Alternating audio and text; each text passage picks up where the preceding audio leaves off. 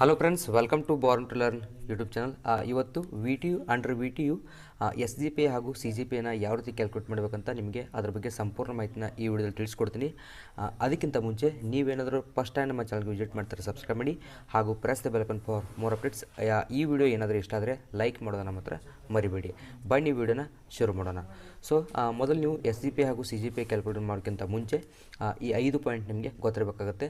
Result sheet ಯಾವ ರೀತಿ ಇರುತ್ತೆ, ಲೆಟರ್ ಗ್ರೇಡ್ ಅಂದರೆ ಏನು, ಗ್ರೇಡ್ ಪಾಯಿಂಟ್ಸ್ ಅಂದರೆ ಏನು, ಕ್ರೆಡಿಟ್ ಪಾಯಿಂಟ್ಸ್ ಅಂದರೆ ಏನು, ಹಾಗೂ ಫಾರ್ಮುಲಾ ಯಾವ ರೀತಿ ಇರುತ್ತೆ, ಎಸ್ ಸಿ ಪಿ ಹಾಗೂ ಸಿ ಜಿ ಪಿ ಕ್ಯಾಲ್ಕುಲೇಟ್ ಮಾಡಲಿಕ್ಕೆ ಫಾರ್ಮುಲಾ ಯಾವ ರೀತಿ ಇರುತ್ತೆ ಅಂತ ನಿಮಗೆ ಗೊತ್ತಿರಬೇಕಾಗುತ್ತೆ. ಈ 5 ಪಾಯಿಂಟ್ಸ್ ನಿಮಗೆ ಈ ವಿಡಿಯೋದಲ್ಲಿ ತಿಳಿಸ್ಕೊಡ್ತೀನಿ.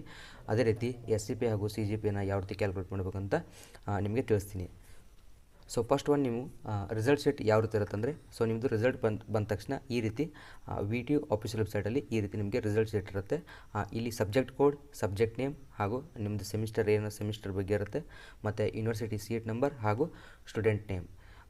ಸೊ ಇಲ್ಲಿ internal marks, external marks, total ಹಾಗೂ ರಿಸಲ್ಟ್, ಪಾಸ್ ಆರ್ ಫೇಲ್ ಅಂತ ಇರುತ್ತೆ. ಪಾಸ್ ಅಂದರೆ ಪಿ ಅಂತ ಇರುತ್ತೆ, ಫೇಲ್ ಅಂದರೆ ಎಫ್ ಅಂತ ಇರುತ್ತೆ, ನಿಮ್ಗೆ ಗೊತ್ತಿರುತ್ತೆ. ಸೊ ನೀವು ಮೊದಲು ಏನು ಮಾಡಬೇಕಂದ್ರೆ, ರಿಸಲ್ಟ್ ಬಂದ ತಕ್ಷಣ ಇಲ್ಲಿ ಟೋಟಲ್ ಮಾರ್ಕ್ಸ್ ಇದೆ, ಇದನ್ನು ಒಂದು ಕಡೆ ಬರೆದಿಟ್ಕೋಬೇಕು. ಜೊತೆಗೆ ಸಬ್ಜೆಕ್ಟ್ ಕೋಡ್ ಜೊತೆಗೆ ಸಬ್ಜೆಕ್ಟ್ ನೇಮ್, ಟೋಟಲ್ ಮಾರ್ಕ್ಸ್. ಇಲ್ಲಿ ನಿಮಗೆ ಇಂಟರ್ನಲ್ ಹಾಗೂ ಎಕ್ಸ್ಟರ್ನಲ್ ಮಾರ್ಕ್ಸ್ ಬರೆಯುವಂತಿಲ್ಲ S C P C G P calculate ಮಾಡಲಿಕ್ಕೆ. ಸೊ ಟೋಟಲ್ ಮಾರ್ಕ್ಸ್ ಇದ್ದರೆ ಸಾಕು. ಇವಾಗ ನೆಕ್ಸ್ಟ್ ಒನ್, ಲೆಟರ್ ಗ್ರೇಡ್ ಅಂದರೆ ಏನು, ಗ್ರೇಡ್ ಪಾಯಿಂಟ್ಸ್ ಅಂದರೆ ಏನು ಅಂತ ಹೇಳ್ತೀನಿ. ಇವಾಗ ಪಿ ಪಿ ಅಂದರೆ pass in mandatory non credit course ಅಂತ ಇರುತ್ತೆ. ಸೊ ಕೆಲವು ಸಬ್ಜೆಕ್ಟ್ಸ್ಗೆ ಯಾವುದೇ ರೀತಿಯಲ್ಲಿ ನಿಮಗೆ ಕ್ರೆಡಿಟ್ ಇರಲ್ಲ. ನೆಕ್ಸ್ಟ್ ಒನ್, ಎನ್ ಪಿ ಅಂದರೆ not passed in mandatory non credit course ಅಂತ ಅರ್ಥ. ಎನ್ ಇ ಅಂದರೆ not eligible. S G P A long form ಏನಂದರೆ ಸೆಮಿಸ್ಟರ್ ಗ್ರೇಡ್ ಪಾಯಿಂಟ್ ಎವರೇಜ್ ಅಂತ ಅರ್ಥ. C G P A long form cumulative grade point average ಅಂತ ಅರ್ಥ. So ಇಲ್ಲಿ formula ಕೂಡ ಕೊಟ್ಟಿದ್ದಾರೆ, ನಿಮಗೆ ಕ್ಯಾಲ್ಕುಲೇಷನ್ ಮಾಡುವಾಗನೇ ಅದ್ರ ಬಗ್ಗೆ ಎಕ್ಸ್ಪ್ಲೇನ್ ಮಾಡ್ತೀನಿ. ಇವಾಗ ಗ್ರೇಡ್ ಪಾಯಿಂಟ್ ಸ್ಕೇಲ್ ಅಂತ ಇದೆ. ಇದು ಇಲ್ಲಿ ನೀವು ನೋಡ್ಬೋದು 2015 ಸ್ಕೀಮ್, 2017 ಆರ್ 2018 ಅಂತ ಕೂಡ ಇದೆ. ಸೊ 2021 ಸ್ಕೀಮು ಕೂಡ ಇದು ಅಪ್ಲಿಕೇಬಲ್ ಆಗುತ್ತೆ. ಇವಾಗ ಇಲ್ಲಿ level, outstanding, excellent, very good, good, above average, average, fail ಅಂತ ಇದೆ. ಇಲ್ಲಿ grade, letter grade, grade point, score, marks, range ಅಂತ ಇದೆ. ಇವಾಗ ಇಲ್ಲಿ ಫಸ್ಟ್ ಒನ್ ಫೇಲ್ ಅಂತ, ನೀವೇನಾದರೂ ಒಂದು ವೇಳೆ ಎಕ್ಸಾಮಲ್ಲಿ ಫೇಲ್ ಆದರೆ, ಅಂದರೆ 40ಕ್ಕಿಂತ ಕಡಿಮೆ ಮಾರ್ಕ್ಸ್ ತೆಗೆದುಕೊಂಡ್ರೆ ಎಫ್ ಅಂತ ಬರುತ್ತೆ. ಎಫ್ ಅಂತ ಬಂದರೆ ಇಲ್ಲಿ ಗ್ರೇಡ್ ಪಾಯಿಂಟ್ಸ್ ನಿಮಗೆ 0 ಇರುತ್ತೆ. ಅದೇ ರೀತಿ 40ರಿಂದ 45 ಒಳಗಾಗಿ ನೀವು ಮಾರ್ಕ್ಸ್ನ ತೆಗೆದರೆ, ಅಂದರೆ ಟೋಟಲ್ ಮಾರ್ಕ್ಸ್, ಅಲ್ಲಿ ನಿಮಗೆ ಎವರೇಜ್ ಅಂತ ಇ ಅಂತ ಬರುತ್ತೆ. ಗ್ರೇಡ್ ಲೆಟರ್ ಇ ಬರುತ್ತೆ.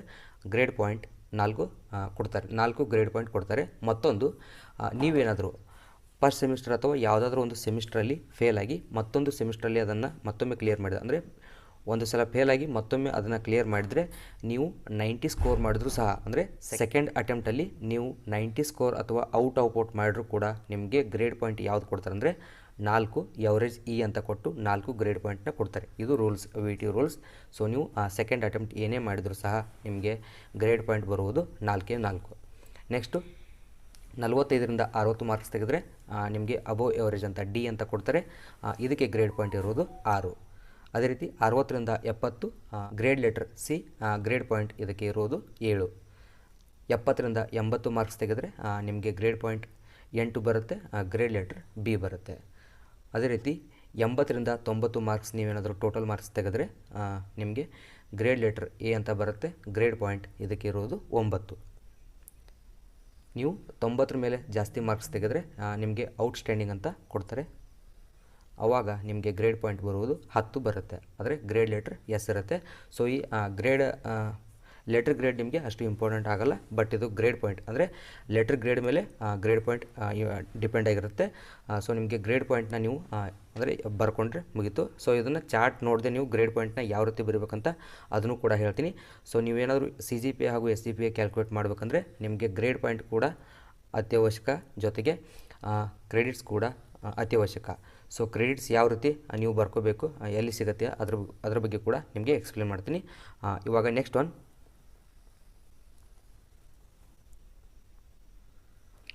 ನೀವೇನು ಮಾಡಬೇಕು, ಎಸ್ ಸಿ ಪಿ ಹಾಗೂ ಸಿ ಜಿ ಪಿ ಕ್ಯಾಲ್ಕುಲೇಟ್ ಮಾಡಬೇಕಂದ್ರೆ ನೀವೇನು ಮಾಡಬೇಕು, ಫಸ್ಟ್ ನೀವು ಆಲ್ರೆಡಿ ಹೇಳಿರೋ ಹಾಗೆ ಸಬ್ಜೆಕ್ಟ್ ಕೋಡ್ ಹಾಗೂ ಸಬ್ಜೆಕ್ಟ್ ನೇಮ್ನ ಒಂದು ಕಡೆ ಬರೆದಿಟ್ಕೊಳ್ಳಿ, ಈ ರೀತಿ ಬರೆಯಿರಿ. ಜೊತೆಗೆ ಟೋಟಲ್ ಮಾರ್ಕ್ಸ್ ನೀವು ಇಂಟರ್ನಲ್ ಹಾಗೂ ಎಕ್ಸ್ಟರ್ನಲ್ಲಿ ಎಷ್ಟು ಮಾರ್ಕ್ಸ್ ತೆಗೆದುಕೊಂಡ್ರೆ ಅದನ್ನು ಆ್ಯಡ್ ಮಾಡಿ ಟೋಟಲ್ ಮಾರ್ಕ್ಸ್ ಅಂತ ಬಂದಿರುತ್ತೆ. ಆ ಮಾರ್ಕ್ಸ್ನ ಇಲ್ಲಿ ಈ ರೀತಿ ಆ್ಯಡ್ ಮಾಡಿ. ಪ್ರತಿಯೊಂದು ಸಬ್ಜೆಕ್ಟ್ಗೂ ನಿಮಗೆ ಇವಾಗ ಫಸ್ಟ್ ಸೆಮಿಸ್ಟರ್ 9 ಸಬ್ಜೆಕ್ಟ್ ಇರುತ್ತೆ. ಸೊ 9 ಸಬ್ಜೆಕ್ಟ್ದು ಟೋಟಲ್ ಮಾರ್ಕ್ಸ್ ಹಾಗೂ ಸಬ್ಜೆಕ್ಟ್ ಕೋಡ್ ಜೊತೆಗೆ ಒಂದು ಕಡೆ ಬರೆಯಿರಿ. ಗ್ರೇಡ್ ಪಾಯಿಂಟ್ನ ಯಾವ ರೀತಿ ಬರೀಬೇಕು, ಈಗ ಆಲ್ರೆಡಿ ಹೇಳಿರೋ ಹಾಗೆ ನೀವು 85, ಸೊ 85 ನೀವು ಫಸ್ಟ್ ಲೆಟರ್ ನೋಡಬೇಕಾಗುತ್ತೆ. ಈ ಫಸ್ಟ್ ಲೆಟರ್ ಏನಿದೆ ಅಂದರೆ 8 ಇದೆ. 8 ಇದ್ದರೆ ಗ್ರೇಡ್ ಪಾಯಿಂಟ್ 9 ಬರುತ್ತದೆ. ಅದೇ ರೀತಿ 74 ಸೆಕೆಂಡ್ ಒನ್ 7 ಇದೆ, ಫಸ್ಟ್ ಲೆಟರ್ 7, ಸೊ ಅದಕ್ಕಾಗಿ ಗ್ರೇಡ್ ಪಾಯಿಂಟ್ 8 ಬರುತ್ತೆ. ನೆಕ್ಸ್ಟ್ ಒನ್ 65 ಫಸ್ಟ್ ಲೆಟರ್ 6 ಇದೆ, ಸೊ ಅದಕ್ಕಾಗಿ ಗ್ರೇಡ್ ಪಾಯಿಂಟ್ 7. ಈ ರೀತಿ ನೀವು 88ಕ್ಕೆ 8 ಇದ್ದರೆ 9, 9 ಇದ್ದರೆ 10, ಅದೇ ರೀತಿ 6 ಇದ್ದರೆ 7, ಈ ರೀತಿ ನೀವು ಗ್ರೇಡ್ ಪಾಯಿಂಟ್ನ ಬರೀಬೇಕಾಗುತ್ತೆ. ನೀವು ಚಾರ್ಟ್ ನೋಡೋಕ್ಕಿಂತ ಈ ರೀತಿ ಟ್ರಿಕ್ಕಾಗಿ ಬರಿಬೋದು. ಸೊ ಇದು ಈಸಿಯಾಗಿರುತ್ತೆ, ಯಾವುದೇ ರೀತಿ ಮಿಸ್ಟೇಕ್ ಆಗೋಲ್ಲ. ಸೊ ನಿಮಗೇನಾದರೂ ಒಟ್ಟಿನಲ್ಲಿ ಫಸ್ಟ್ ಲೆಟರ್ ನೋಡಬೇಕು. ಫಸ್ಟ್ ಲೆಟರ್ ಯಾವುದಿರುತ್ತೆ ಅದಕ್ಕೆ ಒಂದನ್ನು ಆ್ಯಡ್ ಮಾಡಿದರೆ ಒಂದು ಗ್ರೇಡ್ ಪಾಯಿಂಟ್ ಬರುತ್ತೆ. 8 ಇದ್ದರೆ 9, 9 ಇದ್ದರೆ 10, ಈ ರೀತಿ ಗ್ರೇಡ್ ಪಾಯಿಂಟ್ಸ್ ಬರುತ್ತೆ. ಈ ನೆಕ್ಸ್ಟ್ ಕಾಲಮ್ ಕ್ರೆಡಿಟ್ಸ್. ಸೊ ಇದನ್ನು ಎಲ್ಲಿಂದ ಬರೀಬೇಕಂದ್ರೆ ಇವಾಗ ಹೇಳ್ತೀನಿ. ನಿಮಗೆ VTU ಆಫೀಷಿಯಲ್ ವೆಬ್ಸೈಟಲ್ಲಿ ನಿಮಗೆ ಸಿಲೆಬಸ್ ಕಾಪಿ ಅಂತ ಕೊಟ್ಟಿದ್ದಾರೆ. ಫಸ್ಟ್ ಸೆಮಿಸ್ಟರ್ ಆಗಿರ್ಬೋದು ಅಥವಾ ಥರ್ಡ್ ಸೆಮ್ ಸ್ಟೂಡೆಂಟ್ಸ್ಗೆ ನಿಮಗೆ VTU ಆಫೀಷಿಯಲ್ ವೆಬ್ಸೈಟಲ್ಲಿ ಸಿಗುತ್ತೆ. ಬೇಕಾದರೆ ನಮ್ಮ ಟೆಲಿಗ್ರಾಮ್ ಚಾನಲ್ಲು ಕೂಡ ನಿಮಗೆ ಪ್ರತಿ ಸಬ್ಜೆಕ್ಟ್ದು ಸಿಲೆಬಸ್ ಕಾಪಿನ ಕೊಟ್ಟಿರ್ತೀನಿ. ಡೌನ್ಲೋಡ್ ಮಾಡಿಕೊಂಡು ಇಲ್ಲಿ ಇರುತ್ತೆ ನೋಡಿ, ಕ್ರೆಡಿಟ್ಸ್ ಅಂತ ಇರುತ್ತೆ.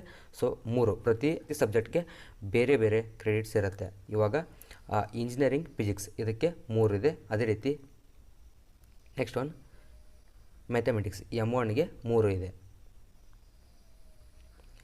ಇಂಜಿನಿಯರಿಂಗ್ ಫಿಸಿಕ್ಸ್ ಲ್ಯಾಬೊರೇಟರಿ ಲ್ಯಾಬ್ ಎಕ್ಸಾಮ್ಗೆ 1 ಕ್ರೆಡಿಟ್ ಇರುತ್ತೆ. ಸೊ ಪ್ರತಿ ಸೆಮ್ಗೆ ನಿಮಗೆ ಡಿಫ್ರೆಂಟ್ ಕ್ರೆಡಿಟ್ ಸಿಸ್ಟಮ್ ಇರುತ್ತೆ. ಸೊ ನೀವು ಸಿಲೆಬಸ್ ಕಾಪಿಲಿ ನೋಡಿದರೆ ಸಿಗುತ್ತೆ. ಇದನ್ನು ನೋಡಿಕೊಂಡು ನೀವು ಅಲ್ಲಿ ಬರೀಬೇಕಾಗುತ್ತೆ. ನೆಕ್ಸ್ಟ್ ಒನ್ ಇವಾಗ ಕ್ರೆಡಿಟ್ಸ್ ಯಾವ ರೀತಿ ಬರೀಬೇಕಂತ ಹೇಳ್ಕೊಟ್ಟೆ. Next one earn credits. So credits ನೀವು ಇಲ್ಲಿ ಕ್ರೆಡಿಟ್ಸ್ ಅರ್ನ್ ಯಾವ ರೀತಿ ಬರುತ್ತೆ ಅಂದರೆ, ನೀವು ಯಾವುದೂ ಸಬ್ಜೆಕ್ಟ್ ಫೇಲ್ ಆಗಲಿಲ್ಲ ಅಂದರೆ ಸೊ ನಿಮಗೆ ಯಾವ ರೀತಿ ಅವರು ಅಸೈನ್ ಮಾಡಿರ್ತಾರೆ. ಇವಾಗ ಕ್ರೆಡಿಟ್ಸ್ ಅವರು ಸಿಲೆಬಸ್ ಕಾಪಿಲಿ ಅಸೈನ್ ಮಾಡಿದ್ದಾರೆ 3 ಈ ರೀತಿ ನಿಮಗೆ ಟೋಟಲ್ 20 ಫಸ್ಟ್ ಸೆಮಿಸ್ಟರ್ ಇರುತ್ತೆ. 20 ಕ್ರೆಡಿಟ್ಸ್ ಇರುತ್ತೆ. ಸೊ ನೀವು ಯಾವುದೂ ಸಬ್ಜೆಕ್ಟ್ ಫೇಲ್ ಆಗಲಿಲ್ಲ ಅಂದರೆ ಸೊ ನಿಮಗೆ 20 ಕ್ರೆಡಿಟ್ಸ್ ಅವರು ಕೊಡ್ತಾರೆ. ಯಾವುದಾದ್ರೂ ಒಂದು ಸಬ್ಜೆಕ್ಟ್ ಫೇಲ್ ಆದರೆ ಅಲ್ಲಿ ನಿಮಗೆ ಕ್ರೆಡಿಟ್ಸ್ 0 ಆಗುತ್ತೆ, ಗ್ರೇಡ್ ಪಾಯಿಂಟ್ ಕೂಡ 0 ಆಗುತ್ತೆ. ಮುಂದೆ ನಿಮಗೆ ಅದನ್ನು ಹೇಳ್ತೀನಿ. ಒಟ್ಟಿನಲ್ಲಿ ನಿಮಗೆ ಟೋಟಲ್ ಅರ್ನ್ ಕ್ರೆಡಿಟ್ಸ್ ಬೇಕಾದರೆ ಸೊ ನೀವು ಯಾವುದು ಸಬ್ಜೆಕ್ಟ್ನ ಫೇಲ್ ಆಗಲಿಲ್ಲ ಅಂದರೆ ನಿಮಗೆ ಎಷ್ಟು ಅವರು ಅಸೈನ್ ಮಾಡಿರ್ತಾರೆ, 20 ಅಸೈನ್ ಮಾಡಿರ್ತಾರೆ. 20 ಎಲ್ಲ ನಿಮಗೆ ಕ್ರೆಡಿಟ್ಸ್ ಪಾಯಿಂಟ್ನ ಅವರು ಕೊಡ್ತಾರೆ. ನೆಕ್ಸ್ಟ್ ಇವಾಗ ಗ್ರೇಡ್ ಪಾಯಿಂಟ್ ಇಂಟು ಕ್ರೆಡಿಟ್ಸ್. ಇಲ್ಲಿ ಇದನ್ನು ಯಾವ ರೀತಿ ಕ್ಯಾಲ್ಕುಲೇಟ್ ಮಾಡಬೇಕಂದ್ರೆ, ಇವಾಗ ನಿಮಗೆ ಗ್ರೇಡ್ ಪಾಯಿಂಟ್ಸ್ ಆಲ್ರೆಡಿ ಯಾವ ರೀತಿ ಬರೀಬೇಕಂತ ಹೇಳಿದ್ದೀನಿ. ಅದನ್ನು ಇಂಟು ಮಾಡಬೇಕು. ಇದ್ರ ಜೊತೆಗೆ ಅಂದರೆ ಕ್ರೆಡಿಟ್ಸ್ ಅವರು ಅಸೈನ್ ಮಾಡಿರ್ತಾರೆ, ಅದ್ರ ಜೊತೆಗೆ ಮಾಡಬೇಕಾಗುತ್ತೆ. ನಿಮಗೆ ಅರ್ನ್ ಕ್ರೆಡಿಟ್ಸ್ ಜೊತೆಗೆ ನೀವು ಯಾವುದೇ ರೀತಿ ಕ್ಯಾಲ್ಕುಲೇಷನ್ ಮಾಡುವಂತಿಲ್ಲ SCPA ಕ್ಯಾಲ್ಕುಲೇಟ್ ಮಾಡಲಿಕ್ಕೆ. ಸೊ ಇವಾಗ ಗ್ರೇಡ್ ಪಾಯಿಂಟ್ಸ್ ಅವ್ರು ಕೊಟ್ಟರು. ಗ್ರೇಡ್ ಪಾಯಿಂಟ್ಸ್ ಎಷ್ಟು ಬಂದಿದ್ದಾರೆ? 9 ಬಂದಿದೆ. ಮೊದಲೇ ಸಬ್ಜೆಕ್ಟ್ 85 ಮಾರ್ಕ್ಸ್ ಗಳಿಸಿರೋದ್ರಿಂದ 9 ಗ್ರೇಡ್ ಪಾಯಿಂಟ್ ಬಂದಿದೆ. ಅದಕ್ಕೆ ಕ್ರೆಡಿಟ್ಸ್ 3 ಅಸೈನ್ ಮಾಡಿರೋಂಥ ಕ್ರೆಡಿಟ್ಸು 3. ಸೊ ಅದಕ್ಕಾಗಿ 9 3 27. ಸೊ ಇಲ್ಲಿ ಫಸ್ಟ್ ಕಾಲಮಲ್ಲಿ 27 ಬರೀಬೇಕು. Next one physics grade points 8 credits ಅವರು ಅಸೈನ್ ಮಾಡಿರೋದು 3. So 8 3 24. Next one third basic electronics 7 3 21. Elements of civil engineering and mechanics 9 3 27. Engineering visualisation ಇದಕ್ಕೆ 10 grade point ಇರೋ ಕಾರಿಂದ 3 ಕ್ರೆಡಿಟ್ಸ್ ಇರೋ ಕಾರಿಂದ 10 3 30. ಈ ರೀತಿ ನೀವು ಬರ್ಕೋಬೇಕಾಗುತ್ತೆ. ಬರೆದು ಲಾಸ್ಟಲ್ಲಿ ಇವಾಗ ಹೇಳ್ತೀನಿ ಕೇಳಿ. ಇಲ್ಲಿ ಟೋಟಲ್ ಮಾರ್ಕ್ಸ್ ನೀವು ಆ್ಯಡ್ ಮಾಡಿದಾಗ 723 ಡಿವೈಡೆಡ್ ಬೈ 9 ಮಾಡಿದರೆ ನಿಮಗೆ ಒಂದು ಪರ್ಸೆಂಟೇಜ್ ಬರುತ್ತೆ. ಸೊ ಇಂಜಿನಿಯರಿಂಗಲ್ಲಿ ಪರ್ಸೆಂಟೇಜ್ ಲೆಕ್ಕಕ್ಕಿಲ್ಲ, CGPA ಹಾಗೂ SCPA ಲೆಕ್ಕಕ್ಕೆ ಬರೋದು. ಇವಾಗ ನೀವು ಬೇಕಾದರೆ ಕ್ಯಾಲ್ಕುಲೇಷನ್ ಅದನ್ನು ಮಾಡ್ಕೋಬೋದು. ಪರ್ಸೆಂಟೇಜ್ ಎಷ್ಟಾಗಿದೆ ಅಂತ ನೀವು ನೋಡ್ಕೋಬೋದು. 723 ಡಿವೈಡ್ ಬೈ 9 ಮಾಡಿದರೆ ನಿಮಗೆ ಬರುತ್ತೆ. ನೆಕ್ಸ್ಟ್ ಒನ್ ಇಲ್ಲಿ ಗ್ರೇಡ್ ಪಾಯಿಂಟ್ಸ್ ಯಾವುದೇ ರೀತಿ ನೀವು ಅದನ್ನು ಕೂಡಿಸುವಂತಿಲ್ಲ. ಅದು ಜಸ್ಟ್ ನೀವು ಇಂಟು ಮಾಡಲಿಕ್ಕೆ ಮಾತ್ರ ಹೆಲ್ಪ್ ಆಗುತ್ತೆ. ಅಂದರೆ ಕ್ರೆಡಿಟ್ಸ್ ಜೊತೆಗೆ ಇಂಟು ಮಾಡಲಿಕ್ಕೆ ಮಾತ್ರ ಹೆಲ್ಪ್ ಆಗುತ್ತೆ. ಅದನ್ನು ಟೋಟಲ್ ಮಾಡದೇ ಇದ್ರೂ ನಡೆಯುತ್ತೆ.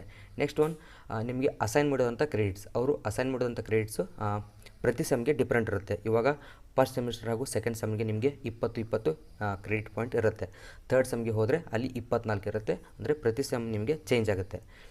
ಇವಾಗ ಫಸ್ಟ್ ಸೆಮಿಸ್ಟರ್ಗೆ ಇರೋದು 20 credit points. Next one earn credits points. ಇಲ್ಲಿ ನಿಮಗೆ ಬ್ಯಾಕ್ಲಾಗ್ ಆದರೆ ಚೇಂಜ್ ಆಗುತ್ತೆ, ಬ್ಯಾಕ್ಲಾಗ್ ಆಗಲಿಲ್ಲ ಅಂದರೆ ಚೇಂಜ್ ಆಗೋಲ್ಲ. ಎಷ್ಟಿರುತ್ತೆ ಅಷ್ಟೇ ಇರುತ್ತೆ. Next one grade point into credits. ಇದನ್ನು ಏನು ಮಾಡಬೇಕಂದ್ರೆ ನೀವು ಆ್ಯಡ್ ಮಾಡಬೇಕು. ಟೋಟಲ್ ಎಷ್ಟು ಇವೆಲ್ಲ ಸಬ್ಜೆಕ್ಟ್ದು ಟೋಟಲ್ ಆ್ಯಡ್ ಮಾಡಿ ಇಲ್ಲಿ 170 ನಿಮಗೆ ಇದು ಪಾಯಿಂಟ್ಸ್ ಅಂತಾರೆ, ಇದು ಟೋಟಲ್ ಪಾಯಿಂಟ್ಸ್ ಅಂತಾರೆ. ಇದಕ್ಕೆ ಇದು ಗ್ರೇಡ್ ಪಾಯಿಂಟ್ ಇಂಟು ಕ್ರೆಡಿಟ್ ಇದೆಯಲ್ಲ, ಇದಕ್ಕೆ ಟೋಟಲ್ ಪಾಯಿಂಟ್ಸ್ ಅಂತ ಕರೀತಾರೆ. ಇವಾಗ ನೀವೇನು ಮಾಡಬೇಕಂದ್ರೆ ಕ್ಯಾಲ್ಕುಲೇಷನ್ ಮಾಡಬೇಕು. So S C P I calculation ಮಾಡಬೇಕಂದ್ರೆ ಫಾರ್ಮುಲಾ ಇರುವುದು grade point into credits divide by total credits. ಇಲ್ಲಿ ಆಲ್ರೆಡಿ ನಾವು ಕ್ಯಾಲ್ಕುಲೇಷನ್ ಮಾಡಿದ್ದೀವಿ. ಗ್ರೇಡ್ ಪಾಯಿಂಟ್ ಇಂಟು ಕ್ರೆಡಿಟ್ಸ್ ಇವು ಎಷ್ಟು ಬಂದಿದೆ ಅಂದರೆ 170 ನಮಗೆ ಟೋಟಲ್ ಪಾಯಿಂಟ್ಸ್ ಬಂದಿದೆ. ಅದನ್ನು ಡಿವೈಡ್ ಮಾಡಬೇಕು ಇದರಿಂದ ಟೋಟಲ್ ಕ್ರೆಡಿಟ್ಸ್. ಸೊ ಅವರು ಅಸೈನ್ ಮಾಡಿರೋಂಥ ಟೋಟಲ್ ಕ್ರೆಡಿಟ್ಸ್ ಎಷ್ಟಂದರೆ 20. ನೀವು ಯಾವುದೇ ಕಾರಣಕ್ಕೂ ಅರ್ನ್ ಕ್ರೆಡಿಟ್ಸ್ ಎಷ್ಟಿರುತ್ತೆ ಅದನ್ನು ಇಲ್ಲಿ ಯಾವುದೇ ರೀತಿ ಆ್ಯಡ್ ಮಾಡುವಂತಿಲ್ಲ. ಅಸೈನ್ ಎಷ್ಟು ಮಾಡಿರ್ತಾರೆ ಅದನ್ನು ಮಾಡಬೇಕು. ಇಲ್ಲಿ ಟೋಟಲ್ ಅಸೈನ್ ಮಾಡಿರುವಂಥ ಕ್ರೆಡಿಟ್ಸ್ ಎಷ್ಟಂದರೆ 20. ಸೊ 170 ಡಿವೈಡ್ ಬೈ 20 ಮಾಡಿದರೆ ಎಷ್ಟು ಬರುತ್ತೆ? 8.5 SGPA ಬರುತ್ತೆ. ಸೊ ಈ ರೀತಿ ನೀವು SGPA ಕ್ಯಾಲ್ಕುಲೇಷನ್ ಮಾಡಬೇಕಾಗುತ್ತೆ. ನಿಮ್ಮದು ಯಾವುದು ಬ್ಯಾಕ್ಲಾಗ್ ಅಂದರೆ ಅಥವಾ ಫೇಲ್ ಆಗಿಲ್ಲ ಅಂದರೆ ಈ ರೀತಿ ನೀವು SGPA ಕ್ಯಾಲ್ಕುಲೇಷನ್ ಮಾಡಬೇಕಾಗುತ್ತೆ. ಒಂದು ವೇಳೆ ಏನಾದರೂ ಒಂದು ಸಬ್ಜೆಕ್ಟ್ ಸೆಕೆಂಡ್ ಸೆಮ್ಮಲ್ಲಿ ಅಥವಾ ಫಸ್ಟ್ ಸೆಮಿಸ್ಟರಲ್ಲಿ ಫೇಲ್ ಆದರೆ ಅವಾಗ ಯಾವ ರೀತಿ SGPA ಕ್ಯಾಲ್ಕುಲೇಷನ್ ಮಾಡಬೇಕಂತ ಇವಾಗ ಹೇಳ್ಕೊಡ್ತೀನಿ. ಫಸ್ಟ್ ಒನ್, ಎಲ್ಲ ಸಬ್ಜೆಕ್ಟು ಇಲ್ಲಿ ಸೇಮ್ ಇದೆ, ಮಾರ್ಕ್ಸ್ ಕೂಡ ಸೇಮ್ ಇದೆ. ಈ ವಿದ್ಯಾರ್ಥಿ ಫಸ್ಟ್ M2 ಫೇಲ್ ಆಗಿದ್ದಾನೆ. ಟೋಟಲ್ ಮಾರ್ಕ್ಸ್ ಅಂದರೆ ಇಂಟರ್ನಲ್ ಕಡಿಮೆ ಇರೋ ಕಾರಣದಿಂದ ಈತ ಫೇಲ್ ಆಗಿದ್ದಾನೆ. ಇಲ್ಲಿ ಏನಾದರೂ ಒಂದು ವೇಳೆ ನೀವು ಯಾವುದಾದ್ರೂ ಒಂದು ಸಬ್ಜೆಕ್ಟ್ ಫೇಲ್ ಆದರೆ ಗ್ರೇಡ್ ಪಾಯಿಂಟ್ 0 ಬರುತ್ತೆ. ನೀವು ಎಷ್ಟೇ ಏನೇ ಮಾಡಿದ್ರು ಗ್ರೇಡ್ ಪಾಯಿಂಟ್ ಅಂತೂ 0 ಬರುತ್ತೆ. ಫೇಲ್ ಆದರೆ ಗ್ರೇಡ್ ಪಾಯಿಂಟ್ 0. ಅಸೈನ್ಡ್ ಕ್ರೆಡಿಟ್ಸ್ ಹಾಗೆ ಇರುತ್ತೆ. ಅರ್ನ್ ಕ್ರೆಡಿಟ್ಸ್ ನಿಮಗೆ ಇಲ್ಲಿ 0 ಬರುತ್ತೆ. ಆಲ್ರೆಡಿ ಹೇಳಿರೋ ಹಾಗೆ ಫೇಲ್ ಆದರೆ ಗ್ರೇಡ್ ಪಾಯಿಂಟ್ ಕೂಡ 0 ಬರುತ್ತೆ, ಕ್ರೆಡಿಟ್ಸ್ ಅರ್ನ್ ಕೂಡ ನಿಮಗೆ 0 ಬರುತ್ತೆ. Next grade point into credits ಮಾಡುವಲ್ಲಿ ಅಲ್ಲೂ ಕೂಡ ನೀವು 0 ಇಡಬೇಕಾಗುತ್ತೆ. ಯಾಕಂದರೆ ನಿಮಗೆ ಯಾವುದೇ ರೀತಿಯಲ್ಲಿ ಕ್ರೆಡಿಟ್ಸ್ ಬಂದಿರಲ್ಲ. ಸೊ 0 ಇಟ್ಟು ಉಳಿದಿರೋಂಥ ಎಷ್ಟು ನೀವು ಪಾಯಿಂಟ್ಸ್ ಆಗಿರುತ್ತೆ ಉಳಿದಿರೋಂಥ ನೀವು ಸೇಮ್ ಕ್ಯಾಲ್ಕುಲೇಷನ್ ಮಾಡಬೇಕಾಗುತ್ತೆ. ಆಮೇಲೆ ಇಲ್ಲಿ ಗ್ರೇಡ್ ಪಾಯಿಂಟ್ ಇಂಟು ಕ್ರೆಡಿಟ್ಸ್ನ ಆ್ಯಡ್ ಮಾಡಬೇಕು. 143 ಬರುತ್ತೆ. ಅದೇ ರೀತಿ ಕ್ರೆಡಿಟ್ಸ್ ಅಸೈನ್ಡ್ ಕ್ರೆಡಿಟ್ಸ್ ಯಾವ ರೀತಿ ಇರುತ್ತೆ ಅದನ್ನು ಅದೇ ರೀತಿ ಇಡಬೇಕು. ಟೋಟಲ್ 20 ಕ್ರೆಡಿಟ್ಸ್ ಇರುತ್ತೆ, 20 ಕ್ರೆಡಿಟ್ಸ್ ಇರುತ್ತೆ, ಅದನ್ನು ಹಾಗೆ ಇಡಬೇಕು. ಇಲ್ಲಿ ಅರ್ನ್ ಕ್ರೆಡಿಟ್ಸಲ್ಲಿ ನಿಮಗೆ ವೇರಿ ಆಗುತ್ತೆ. ಯಾಕಂದರೆ ಒಂದು ಸಬ್ಜೆಕ್ಟ್ ಫೇಲ್ ಆಗಿರೋ ಕಾರಣದಿಂದ ಇಲ್ಲಿ ನಿಮಗೆ 3 ಕ್ರೆಡಿಟ್ಸ್ ಹೋಗುತ್ತೆ, 0 ಆಗುತ್ತೆ.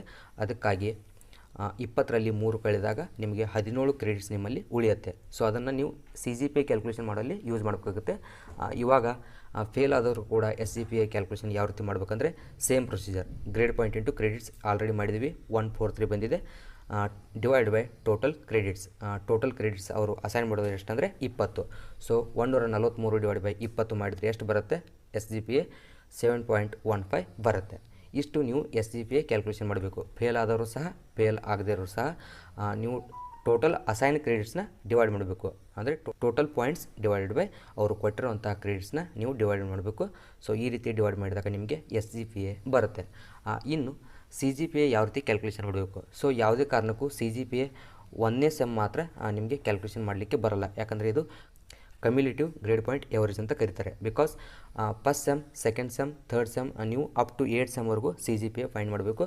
ಸೊ ಪ್ರತಿ ವರ್ಷ ನೀವು CGPAನ ಕ್ಯಾಲ್ಕುಲೇಷನ್ ಮಾಡ್ಬೋದು. ಇವಾಗ ನೀವು ಎಕ್ಸಾಂಪಲ್ ಸೆಕೆಂಡ್ ಸೆಮ್ ಮಾಡಬೇಕಂದ್ರೆ ಫಸ್ಟ್ ಸೆಮಿಸ್ಟರ್ ಹಾಗೂ ಸೆಕೆಂಡ್ ಸೆಮ್ ಆ್ಯಡ್ ಮಾಡಿದಾಗ ನಿಮಗೆ ಒಂದು CGPA ಅಂತ ಬರುತ್ತೆ. ಥರ್ಡ್ ಸೆಮಿಸ್ಟರ್ ಮಾಡಬೇಕಂದ್ರೆ first semester, second semester, third semester ಎಲ್ಲ ಗ್ರೇಡ್ ಪಾಯಿಂಟ್ಸ್ನ ಆ್ಯಡ್ ಮಾಡಿದಾಗ ನಿಮಗೆ ಥರ್ಡ್ ಸೆಮಿಸ್ಟರ್ವರೆಗೂ CGPA ಅಂತ ಬರುತ್ತೆ. SGPA ಇದು ಪರ್ ಸೆಮ್ ಇರುತ್ತೆ. ಪ್ರತಿ ಸೆಮ್ SGPA ಕ್ಯಾಲ್ಕುಲೇಷನ್ ಮಾಡಬೇಕು.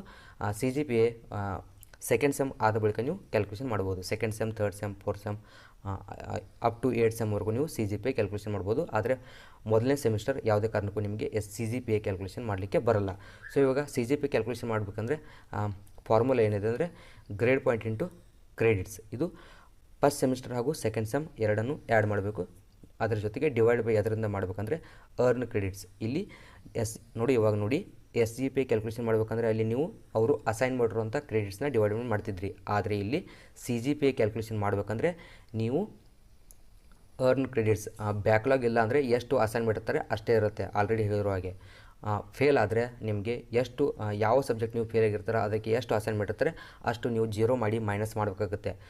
ಇವಾಗ ನೀವು ನೋಡ್ಬೋದು ಇಲ್ಲಿ ಮೊದಲನೇ ಸೆಮ್ ಗ್ರೇಡ್ ಪಾಯಿಂಟ್ಸ್ ಅವನು ಎಲ್ಲ ಸಬ್ಜೆಕ್ಟು ಪಾಸ್ ಆಗಿದ್ದ. ಸೊ ಅದಕ್ಕಾಗಿ 20 ಅವನಿಗೆ ಕ್ರೆಡಿಟ್ಸ್ ಪಾಯಿಂಟ್ಸ್ ಅರ್ನ್ ಮಾಡಿದ್ದ. ನೆಕ್ಸ್ಟ್ ಸೆಮ್ ಸೆಕೆಂಡ್ ಸೆಮ್ಮಲ್ಲಿ ಒಂದು ಸಬ್ಜೆಕ್ಟ್ ಫೇಲ್ ಆಗಿರೋ ಕಾರಣದಿಂದ ಆತನಿಗೆ 3 ಕ್ರೆಡಿಟ್ಸ್ ಪಾಯಿಂಟ್ಸ್ 0 ಆದ 3 ಪಾಯಿಂಟ್ಸ್ ಕಳೆದುಕೊಂಡ ಕಾರಣ 17 ಆಗಿತ್ತು. ಸೊ 20 ಪ್ಲಸ್ 17 ಆ್ಯಡ್ ಮಾಡಿದಾಗ 37.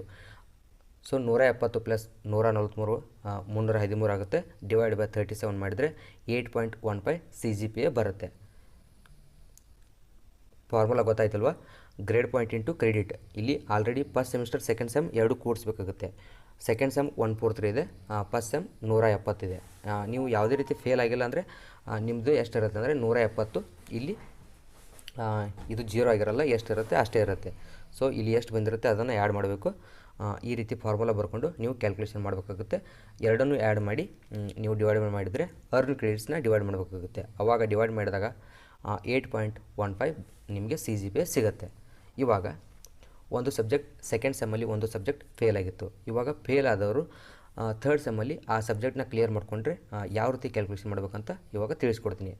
ಸೆಕೆಂಡ್ ಸೆಮ್ಮಲ್ಲಿ ಮ್ಯಾಥಮೆಟಿಕ್ಸ್ M2 ಫೇಲ್ ಆದಂಥ ವಿದ್ಯಾರ್ಥಿ ಥರ್ಡ್ ಸೆಮಿಸ್ಟ್ರಲ್ಲಿ ಆಲ್ ಕ್ಲಿಯರ್ ಆಗ್ತಾನೆ, ಅಂದರೆ M2 ಸಹ ಆತ ಕ್ಲಿಯರ್ ಮಾಡ್ಕೋತಾನೆ. ಇವಾಗ ಥರ್ಡ್ ಸೆಮಿಸ್ಟ್ರಲ್ಲಿ ಚೆನ್ನಾಗಿ ಸ್ಕೋರ್ ಮಾಡಿದ್ದಾನೆ, ಜೊತೆಗೆ ಆತನ ಬ್ಯಾಕ್ಲಾಗ್ M2 ಕೂಡ ಇಲ್ಲಿ ಪಾಸ್ ಆಗಿದೆ. ಪಾಸ್ ಆದರೆ ನೀವು ಇಲ್ಲಿ ಆ್ಯಡ್ ಮಾಡ್ಬೋದು, ಆ್ಯಡ್ ಮಾಡಬೇಕಾಗತ್ತೆ. ಥರ್ಡ್ ಸೆಮಿಸ್ಟ್ರಲ್ಲಿ SGPA ಕೂಡ SGPAಗೆ M2 ಆ್ಯಡ್ ಮಾಡಬೇಕು, ಜೊತೆಗೆ CGPA ಕೂಡ ಆ್ಯಡ್ ಮಾಡಬೇಕಾಗುತ್ತೆ. ಯಾವ ರೀತಿ ಅಂದರೆ ಇವಾಗ ನಿಮಗೆ SGPA ಕ್ಯಾಲ್ಕುಲೇಷನ್ ಮಾಡಲಿಕ್ಕೆ ಆಲ್ರೆಡಿ ಹೇಳ್ಕೊಟ್ಟಿದ್ದೀನಿ. ಇಲ್ಲಿ ನೋಡ್ಬೋದು, ನೀವು ಯಾವುದೇ ರೀತಿ ಸಬ್ಜೆಕ್ಟ್ನ ಫೇಲ್ ಆಗಿಲ್ಲ ಅಂದರೆ ಇವಾಗ M2 ಪಾಸ್ ಆಗಿದ್ದರೆ ಅಂದರೆ ಇಲ್ಲಿ ನಿಮಗೆ 196 ನೀವು ಪಾಯಿಂಟ್ಸ್ ಆಗಿರುತ್ತೆ, ಟೋಟಲ್ ಪಾಯಿಂಟ್ಸ್ ಆಗಿರುತ್ತೆ. ಅದ್ರ ಡಿವೈಡ್ ಬೈ ಏನು ಮಾಡಬೇಕು, 24. ಅಂದರೆ ಥರ್ಡ್ ಸೆಮಿಸ್ಟರಿಗೆ 24 ಅಸೈನ್ ಮಾಡಿರ್ತಾರೆ, ಕ್ರೆಡಿಟ್ಸ್ ಪಾಯಿಂಟ್ನ 24 ಅಸೈನ್ ಮಾಡಿರ್ತಾರೆ. 196 ಡಿವೈಡ್ ಬೈ 24 ಮಾಡಿದರೆ ನಿಮಗೆ SGPA ಸಿಗುತ್ತೆ. ಸೊ ಈತ ಫೇಲ್ ಆಗಿರೋ ಕಾರಣದಿಂದ ಈತನ ಸೆಕೆಂಡ್ ಸೆಮ್ ಕೂಡ ಇಲ್ಲಿ ಆ್ಯಡ್ ಆಗುತ್ತೆ. ಸೊ 196 ಆತನ ಥರ್ಡ್ ಸೆಮಿಸ್ಟರ್ ಟೋಟಲ್ ಪಾಯಿಂಟ್ಸ್ ಆಗಿತ್ತು. 196ಕ್ಕೆ ಇವಾಗ ಮ್ಯಾಥ್ಸ್ ಕೂಡ ಆ್ಯಡ್ ಆಗುತ್ತೆ. ಮ್ಯಾಥ್ಸ್ ಆತ ಜಸ್ಟ್ ಪಾಸ್ 40 ಮಾರ್ಕ್ಸ್ ತೆಗೆದುಕೊಂಡು ಪಾಸ್ ಆಗಿರ್ತಾನೆ.